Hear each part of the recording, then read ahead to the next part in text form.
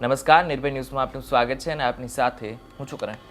રાજ્યમાં ઉત્તરાયણના દિવસે જ લીહોડા ગામમાં માતમ છવાઈ ગયો।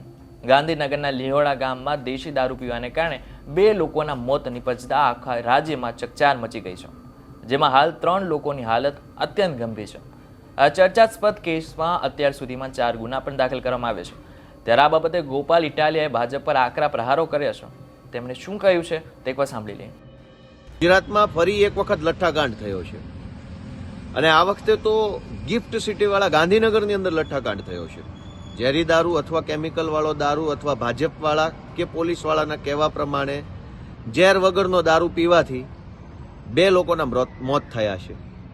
ગુજરાત માટે આ ભાજપના ભ્રષ્ટાચારી શાસનના કાળમાં એટલો દુઃખનો અને શરમનો વિષય છે કે એક તરફ ઝેરી દારૂ પીને, કેમિકલ વાળો દારૂ પીને કે નકલી દારૂ પીને કે ભાજપના નેતાઓ જે આયુર્વેદિક સિરપ વેચે છે એ સિરપ પીને લાખો લોકો મૃત્યુ પામે છે, બેમોત મરે છે।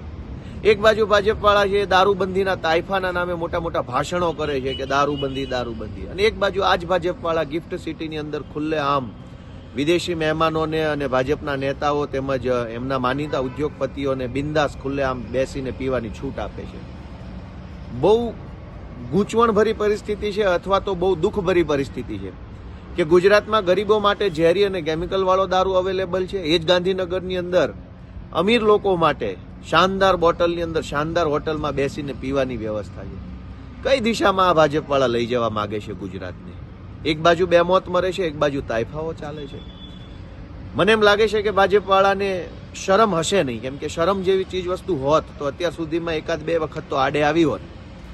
આટલી હદે બેશરમી, આટલી હદે દુષ્કૃત્ય કરનારા લોકોને, સત્તામાં બેઠેલા લોકોને આપણે બધા ઓળખીએ અને આપણા ગુજરાતને આવા લોકોથી બચાવીએ કે જે બે મોઢાની વાતો કરે છે, દોગલી વાતો કરે છે અને ગુજરાતની જનતાને વારંવાર ઝેરી દારૂ, કેમિકલ વાળો દારૂ કે ભાજપવાળા વેચે કેમિકલ યુક્ત સિરપ ટાઈપના નશીલા પદાર્થો પીવડાવી અને બેમોત મારે છે।